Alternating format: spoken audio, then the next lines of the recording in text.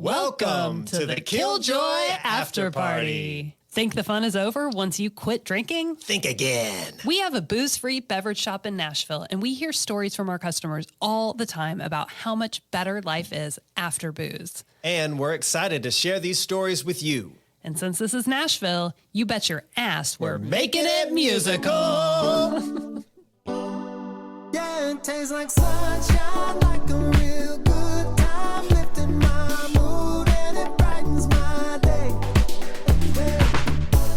Gonna rise and glow, no alcohol, get my sparkle low.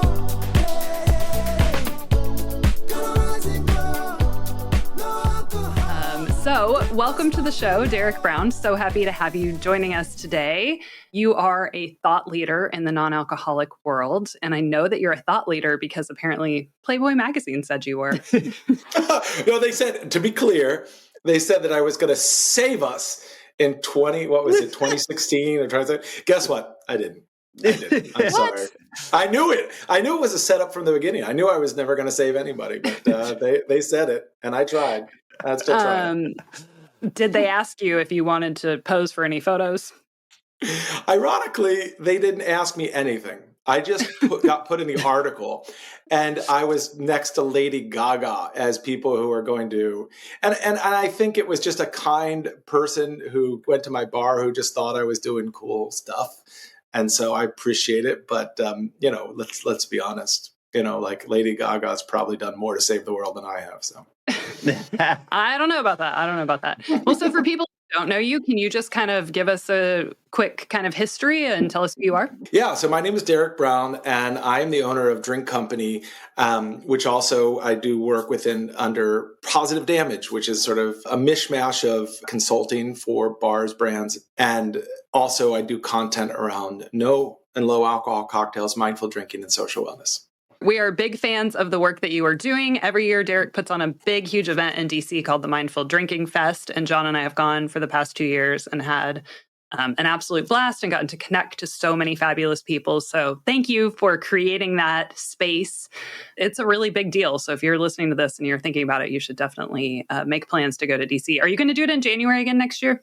Yeah, probably the last week of January. And I also just want to say you all are two of the best reasons that we do it. I mean, we love when you all come and you bring so much great energy. I mean, I just don't know how to even explain your performance at the last one, but we'll get into that. I also forgot to mention, I wrote a book. I wrote two, conveniently placed behind me if you're watching, A Mindful Mixology, A Comprehensive Guide to No and Low Alcohol Cocktails, a fantastic gift any time of the year. And I saw that was your second book. That's my second book. My first book is called Spirits, Sugar, Water, Bitters, How the Cocktail Conquer the World. Is there any overlap in between the two books, even though they're talking about slightly different concepts?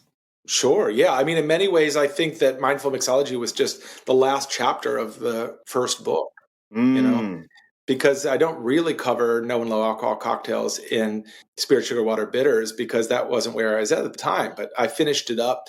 And, I was making decisions about how I was going to drink, what I was going to do with my life, what I wanted to be when I grow up. And so Mindful Mixology was kind of the logical extension of that. So I know that you owned and operated one of the most important and influential bars in DC, for 12 years? And then you made a big pivot and decided to exit that business. Can you tell us just a little bit about how you made that decision? It's a big one. So, I'll try to condense it. But the long and short of the story is that I ran afoul with drinking. I mean, I think it's a common story. I grew up in the bar and restaurant industry in the sense that from 16 on, I was learning how to drink alcohol. And I don't know if you've ever drank with a bunch of old grizzled line cooks and lifetime waitresses, but they are wonderful humans with great life stories. Alcohol and substances are probably not where you want to go to them for advice. The advice was show up to your shift the next day and don't be too hungover, right? And so I did at least one of those, most shifts. And the result was that after when I was 40 years old, I had been drinking this way an unreasonable amount of alcohol.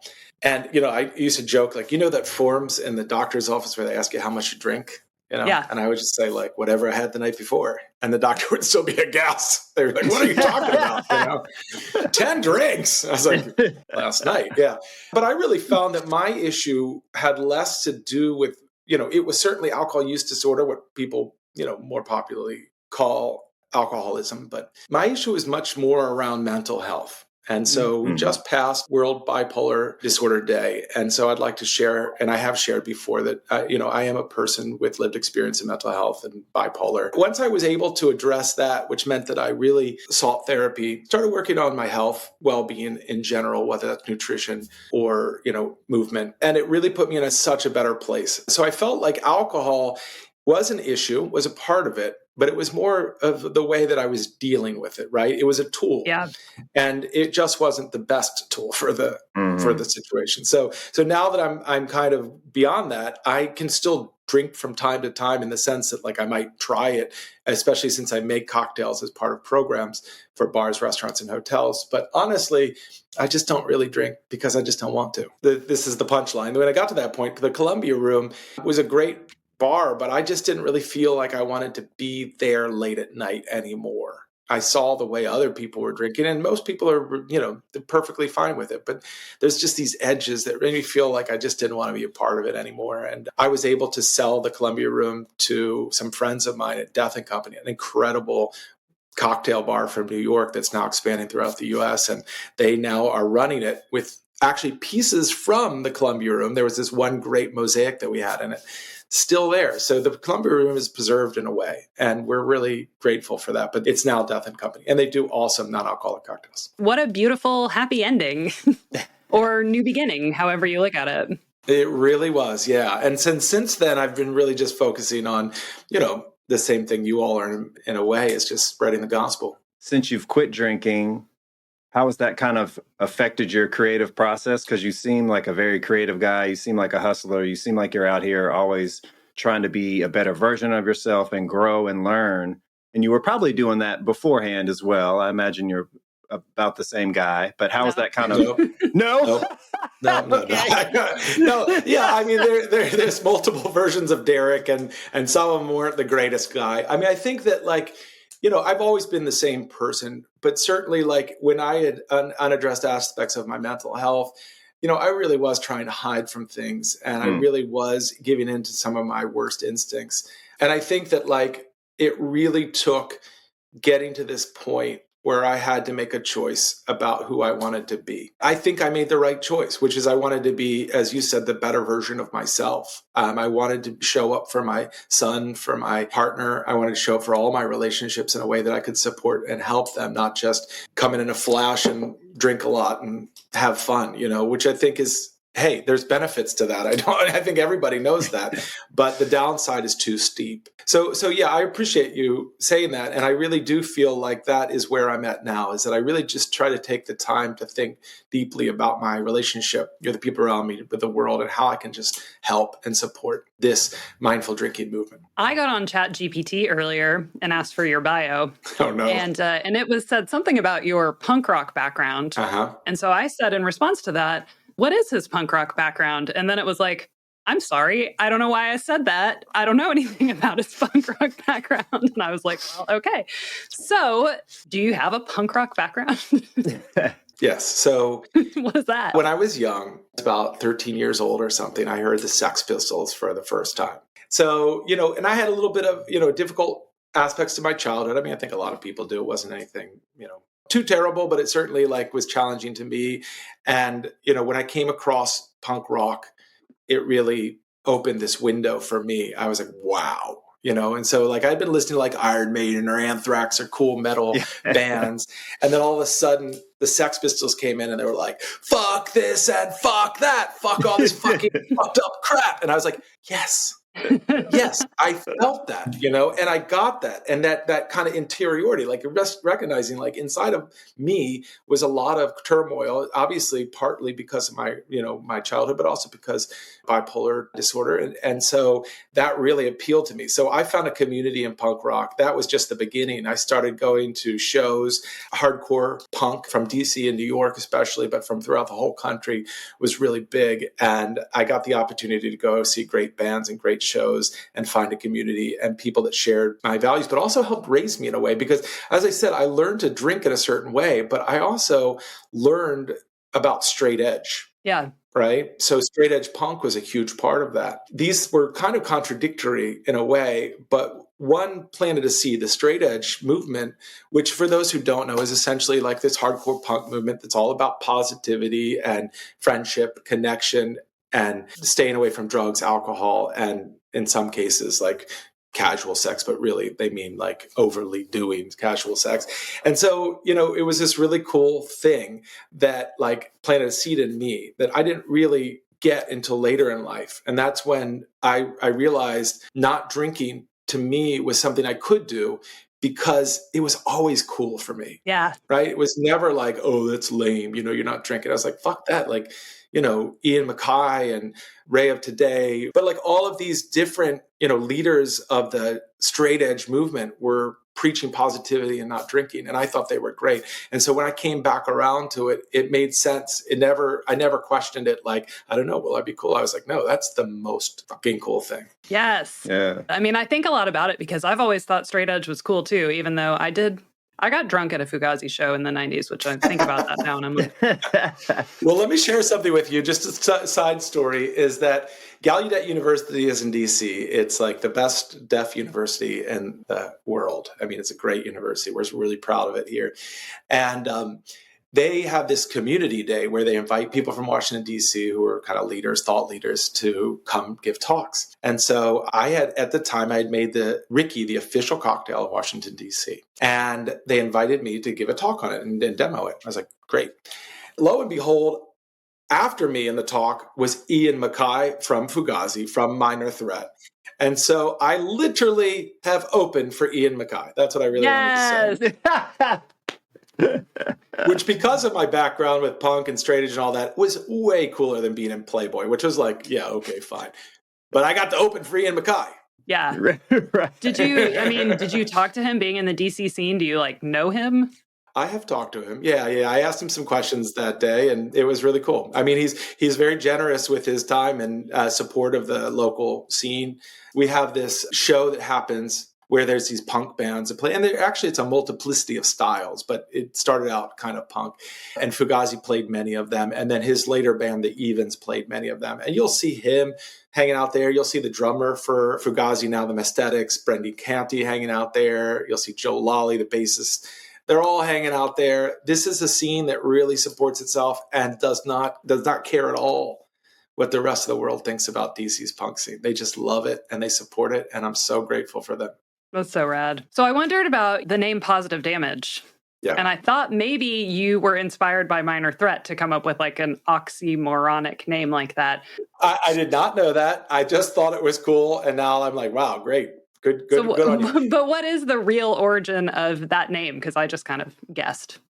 So it goes back to my punk rock days, and I didn't come up with it. A friend of mine, Glenn Burns, is a poet, a fantastic poet. And we started going to punk shows together. He was the first person who brought me to a show. I think it was like Gorilla Biscuits show. It was awesome. So since then, I've been friends with him. We're still friends. And we were talking about kind of our lives and what we want to do with them.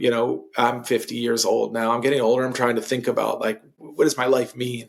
It's like, and so was he. So we were kind of talking through it.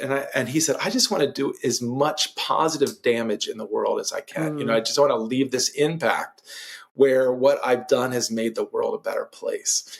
And I was like, store that in the old noggin. Yeah. And when I was trying to think through, like, what am I going to call my new kind of focus? That is what came up, Positive Damage. And I asked him, and he said, yes, I could use it. So all credit goes to Glenn Burns, the poet. Amazing.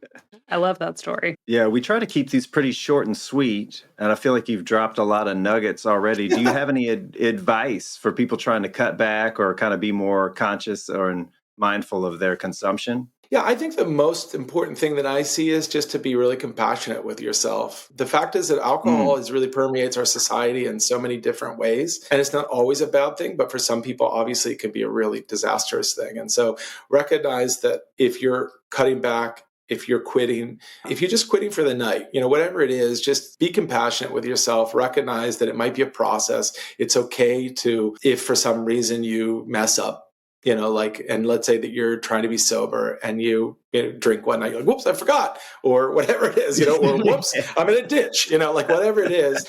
The fact is that life is really hard, man. Like we go through some tough times and like, I get it. And we don't have to beat ourselves over it. As the old Gorilla Biscuit song said, just get up and try again. But certainly, like I've tried through mindful drinking to share a lot of advice and ways to do it. So one is I have a Substack called Positive Damage that I try to dole out an equal amount of recipes and advice on it. I also have a podcast called the Mindful Drinking Podcast with the National Academy of Sports Medicine, NASM, which is probably geared more towards, health and wellness. It's a crossover, but I think that could be really useful for people who are interested in mindful drinking. And I created a course with NASM called Mindful Drinking. Sidebar, we have a shop, just a couple shops over from us called Gorilla Biscuits, and they make vegan biscuits. Yeah. Oh my gosh, I can't wait to visit. Last month, they made a drink. Everything is straight edge vegan, whatever. So they made a coffee drink for this coffee thing that was going on using Bushwhacker. rum. It was, Bushwhacker is like Nashville's drink. It's like a Frosty kind of situation. I would drink that right now. Yeah. Would give you some energy. During the time they made it, I was trying to not have sugar and I never drink caffeine. And I just had to go have one because he was like doing this. So I drank the whole thing and it was like I had taken crack. And I was like not okay after that. It was a lot of sweetened condensed milk. Well, it would have been a good time to show up at a Fugazi show, being that that's an old experience. I would love to go to a Fugazi show now. I did not appreciate it. I was 16 at the time and I liked Fugazi, but I just... Was that in Nashville? Yeah, it was at 328. Sick. Yeah. Of course it was. Hell yeah. Is there anything else you want to tell the people or to talk about? No, I think you already said it. Come to Mindful Drinking Fest every year in January. mindfuldrinkingfest.com. Let's hang out. We'll make it weird. Yeah, we make it weird. We keep it fun. It's for the people. Such a good community, such an educational experience, even for people who haven't tried all the things. There's different vendors there that you can sample, and they're all very willing to talk to you about what they're doing. And it's such a pleasant experience. That's exactly right. I couldn't say it better myself. Okay. It's time. Next round? Yes. Rapid fire round. Do you play any musical instruments? I do. Yeah. I play bass, guitar. Nice. Okay. What kind of bass you got? Right now I have a Fender P bass, the sound of punk. Precision bass for those. I got a J bass. I'm trying to get a P bass. It's on the radar. All right, rapid. Sorry, rapid. What's your favorite Fugazi song? Good Lord. Lately I've been listening to Sweet and Low. It's kind of instrumental, real mellow, but good. Yeah. What's your most anarchist garnish choice for a beverage? Well, this one won't be rapid, but I'll try to do it really quick. Once I created a drink that was a challenge from Fritz Hahn, who is the writer for the Washington Post, and I tried to create the worst cocktail I could create, and it was called the Moscow Sewer.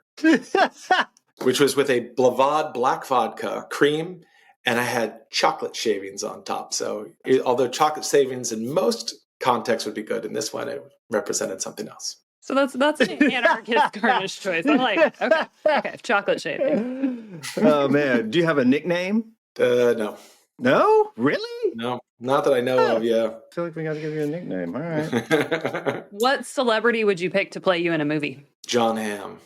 Ooh, I could see that. I'd have him play me too. He could do it. He's got range. I know. What's your favorite way to move your body? Skateboarding. Really? Still? Yeah. Nice. Love it. But you're old. No, I didn't say that. That's amazing. It was implied. All right. If you were a scented candle, what would you smell like? I probably still a faint smell of whiskey, I guess. So let's say bourbon. I drank enough. Okay. Love it. Just like a bourbon drink in the next room. Yes. Yeah. A bourbon alternative whiskey central cannon. Do you have a song on repeat right now? Yes. I love this. Eka Vandal just started listening this morning. It's been on Cruising to Self-Soothe. We love to get good recommendations on here. You got a book recommendation while we're at it? Yeah, Mindful Mixology, a comprehensive guide to no and low alcohol cocktails. How about one of your favorite books that you've read by someone else? Looking at something that I really enjoyed is this one, The Joy Choice by Michelle Seeger. This one's good. That one just was on my shelf, and I read it a couple of years ago, but I still love it. It's about how we make choices. Oh, I love it. I have not even heard of that. Yeah, I'm not privy to that one. Describe your morning routine in 4 words or less. Dread. I'm just kidding. These days, it's London fog, walking the dog, and thinking about my life. You're writing the song This right is the now. song being written right now. So it's time to get into our songwriting activity. London fog, walking the dog, ran afoul of drinking. I had fun, but and it got me thinking. Oh, you want to do more than that? We don't have to do it. Mindfully mixing, ran afoul of drinking. All right, here's what I got. Starts off, London fog, walking the dog, ran afoul of drinking, changed to mindful thinking. And then we have a little transition where we do some of those things. So I put happy doom, quiet boom, do the positive damage, live life above average, from well-made cocktails to well-being, compassion is what we're seeking. I'm not thrilled with that line. And then calm, storm, cold, warm. I was just trying to think of stuff. Playboy and thought leader, writer and avid reader. I don't know if I want to be referred to as a playboy, though. That's probably those days are behind me. Mindful drinking fest rocks. Yeah, I think this is cool. So, London fog, walking the dog, ran afoul of drinking, changed to mindful thinking. Happy doom, that could be our whisper part. Happy doom, quiet boom. Yeah.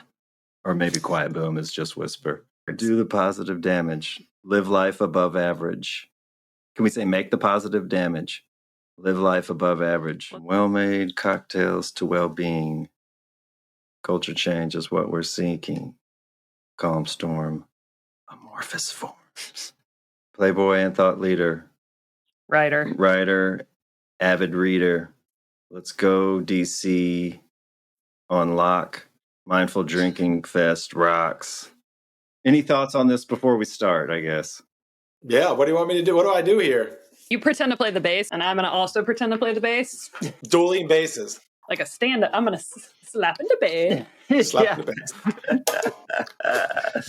All right. The fog, walk the dog, ran afoul of drinking, change the mindful thinking. Playboy and thought leader. I like that melody, so let's just start there. Inspired by Derek Brown. In the morning, London fog. Get out and I walk the dog. Ran afoul of drinking, so I switched to mindful thinking. And I live life above average.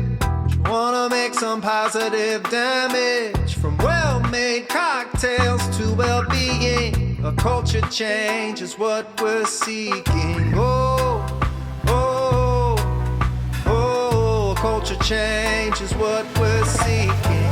A punk rocker and a leader. He's a writer and a reader. Yeah. Derek Brown got DC on lock. And mindful drinking fast, yes, it really rocks. It's the quiet boom, happy doom, a calm storm, a shapeless form. It's a clear haze on a sunny day, and no, we're not going through a phase. Oh, a culture change is what we're seeking. That's it. Killed it. Ready. Yeah, that's awesome. Thank you, sir. Derek, thank you so much for taking the time out to join us. We are super grateful and we know you're very busy. So tell the people where they can find and follow you. So you can find me at positivedamageinc.com. Please check out my Substack, positivedamage.substack.com, and my podcast, The Mindful Drinking Podcast, on whatever platform you like. Awesome. Well, thank you so much. We love everything that you're doing and really appreciate you being here. Thank you. My pleasure. Real good.